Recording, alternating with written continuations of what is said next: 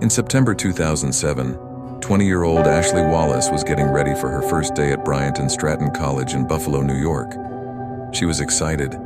It was her first real taste of independence. Just as she was about to leave her dorm room, there was an unexpected knock on the door. She wasn't expecting visitors and barely knew anyone there yet.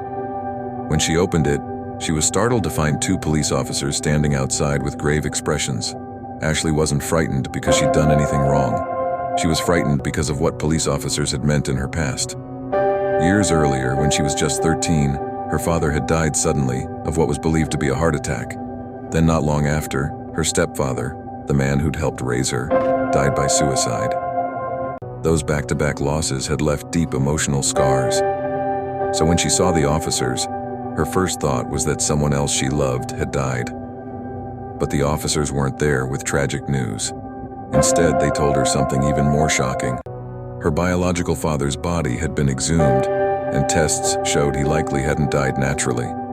They suspected he had been murdered. Ashley was stunned. The officers questioned her for nearly half an hour, treating her more like a suspect than a grieving daughter. When they finally left, she was left shaken and confused.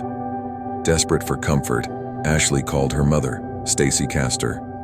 Stacy said the police had questioned her too, suggesting she might also be involved. Stacy told Ashley to forget about school for now and come home.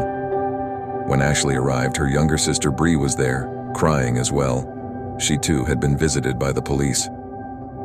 The three of them spent the afternoon in the kitchen, crying and trying to make sense of what had just happened. Later that evening, Stacy poured drinks for herself and Ashley while Bree had a soft drink. They talked and tried to calm down.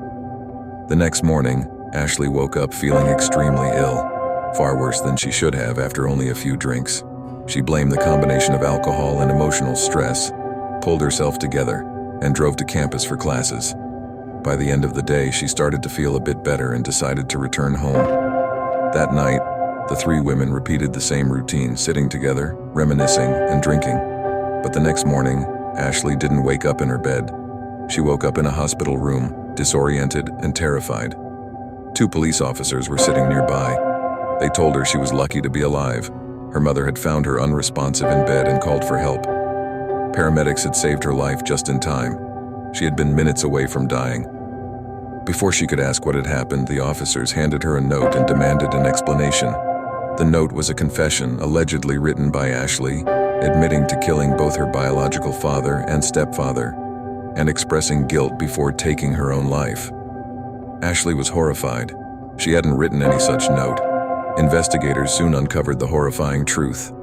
Her mother, Stacy Castor, had murdered both of Ashley's fathers by poisoning them with antifreeze. When police reopened the case years later, Stacy had panicked and tried to shift the blame onto her daughter. She had secretly mixed antifreeze and crushed pills into Ashley's drinks and forged a suicide note on her computer, signing it with Ashley's name. Her plan was to make it look like Ashley had confessed to the murders and then killed herself out of guilt. But Stacy's plan failed because she called for help too soon, pretending to discover her daughter unconscious. Paramedics arrived quickly enough to save Ashley's life. Police arrested Stacy soon afterward. She was charged with 2 murders and 1 attempted murder for trying to kill her own daughter. She was sentenced to 51 years in prison, where she later died in 2016.